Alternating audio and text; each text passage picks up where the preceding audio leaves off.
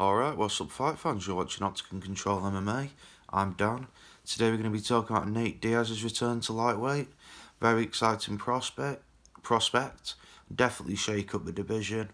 There's a lot of good, exciting options for him.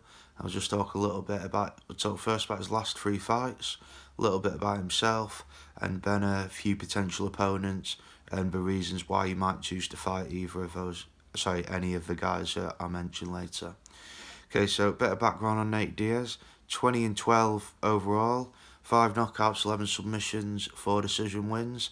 He's still only 35, which, considering he's had 32 fights and the gaps he takes off in his career, he's quite impressive. He got started very young. I think his first professional fight was at 20 or 21, so very young indeed.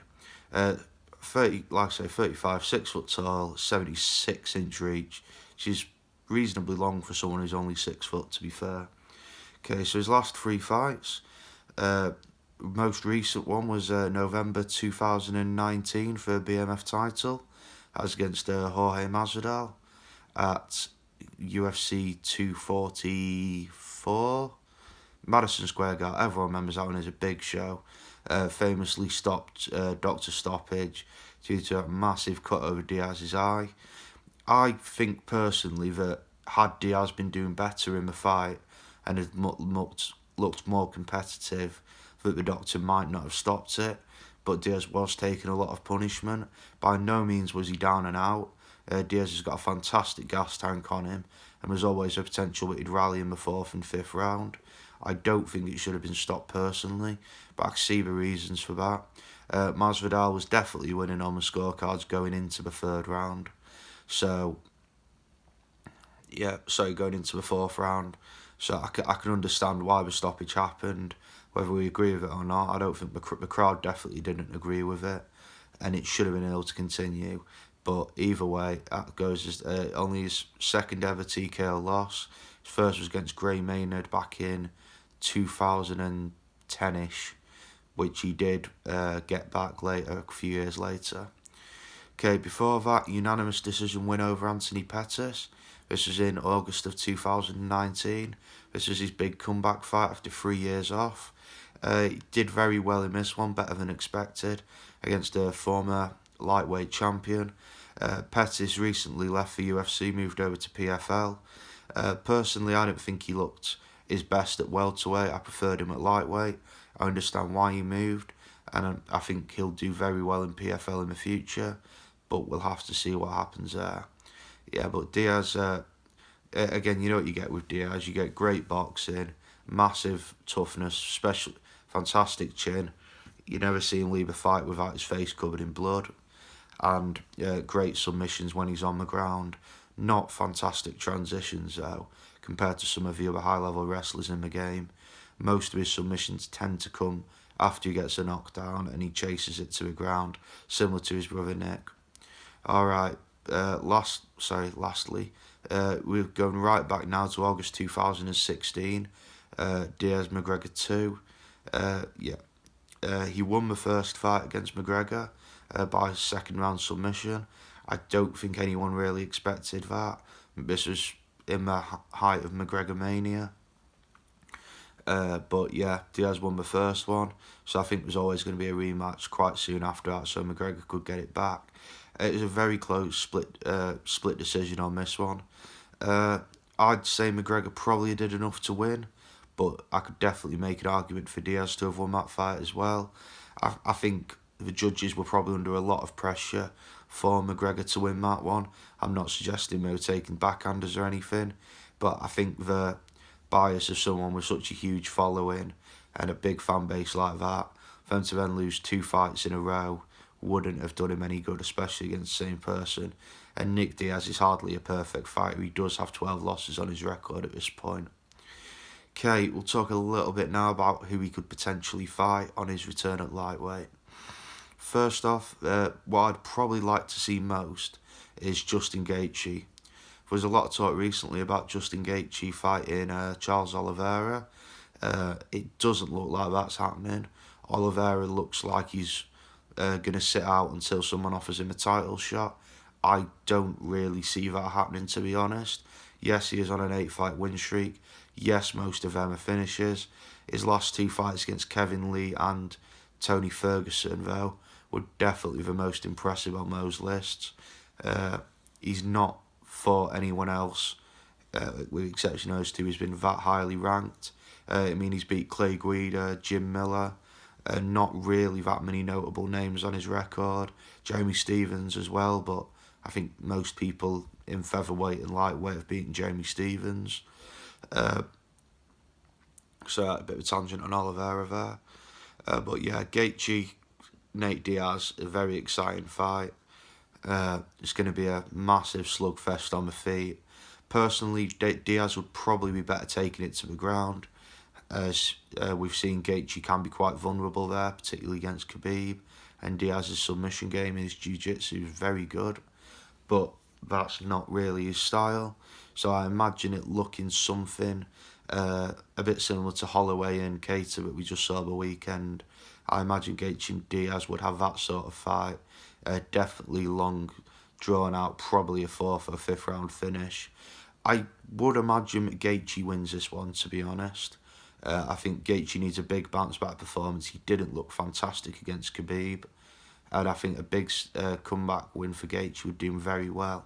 Nate Diaz, on the other hand, if he was to beat Gaethje, then he's definitely a title contender straight away.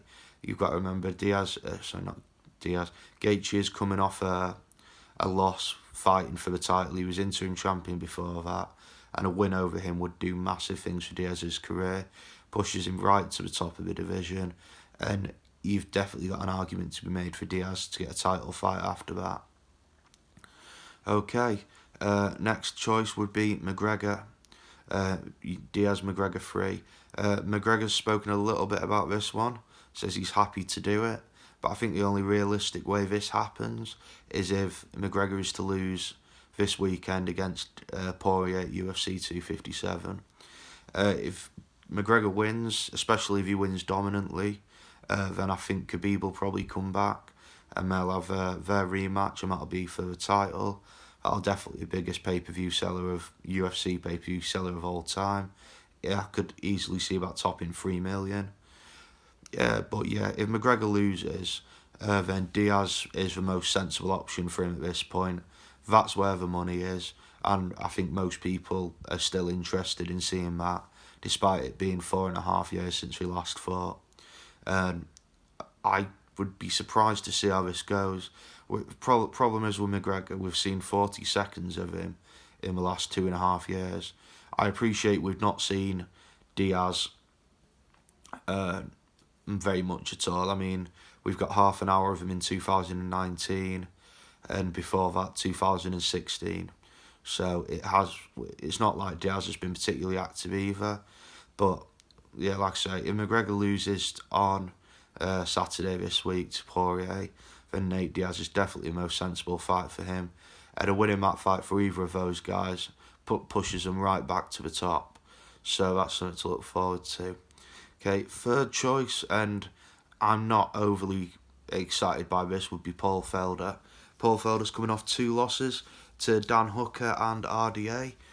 Let's remember he did fight RDA on 5 days' notice, took him a distance, and definitely held his own, if not performed well.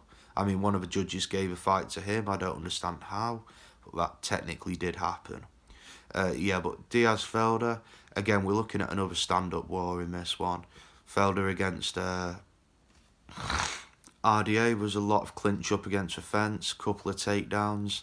Felder defended them very well. Diaz isn't going to play that game though.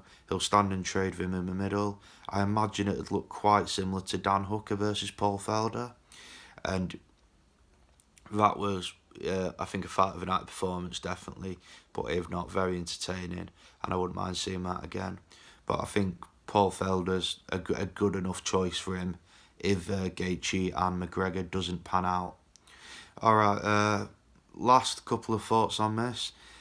Diaz has got a habit of fighting once, then falling out with Dana White and disappearing for a couple of years. I don't think that's going to happen this time though. It seems like especially with a drop back down to lightweight. That's a big lifestyle change, especially when he's not fought there for 5 years, and he's not as young as he was. He's 36. I think, especially if he wins, I think we'll see maybe 2 or 3 fights from him this year. I don't think he's got a problem with fighting on short notice either. So perhaps if there's another big lightweight match coming up, then I wouldn't be surprised to see him insert himself as a backup. But again, with someone like Diaz, he might not want to be seen as a backup. So I'm not 100% there. But yeah, if Diaz was to fight either of these 3 guys, Gaethje, McGregor or Felder, I'd be very excited to see that. I mean, Gaethje and Felder, they're both fight night main events without a doubt. If not co-main events on a pay-per-view, something like that. McGregor, on the other hand, that's a pay-per-view headline every day of the week. So yeah, he's a big star despite how little he actually seems to fight. He's got a reasonable social media following. I believe he's pushing 5 million Instagram followers. Not sure about Twitter and Facebook and whatnot. But yeah, he's a very popular fighter. Great following behind him. And Diaz McGregor II. Diaz McGregor 3, as I was saying, Khabib would probably top 3 million. But McGregor Diaz 2, that could easily be 2 million. Could be a very popular fight and very advantageous for the UFC. But that would require McGregor to lose to Poirier over the weekend. Alright, bit of a ramble there. I didn't do a great deal of research for this one. I mean, I've obviously watched the fights that he's had recently. I say recently, they've all been over a year ago. And yeah, but just a couple of thoughts on that. One more time, Gaethje, McGregor or Felder. They're his 3 best options in my opinion. I'd love to see what everyone else thinks in the comments. Please feel free to follow me on Instagram at Octagon Control MMA. Please like and subscribe down below. Hope everyone has a great day, and we'll see you tomorrow.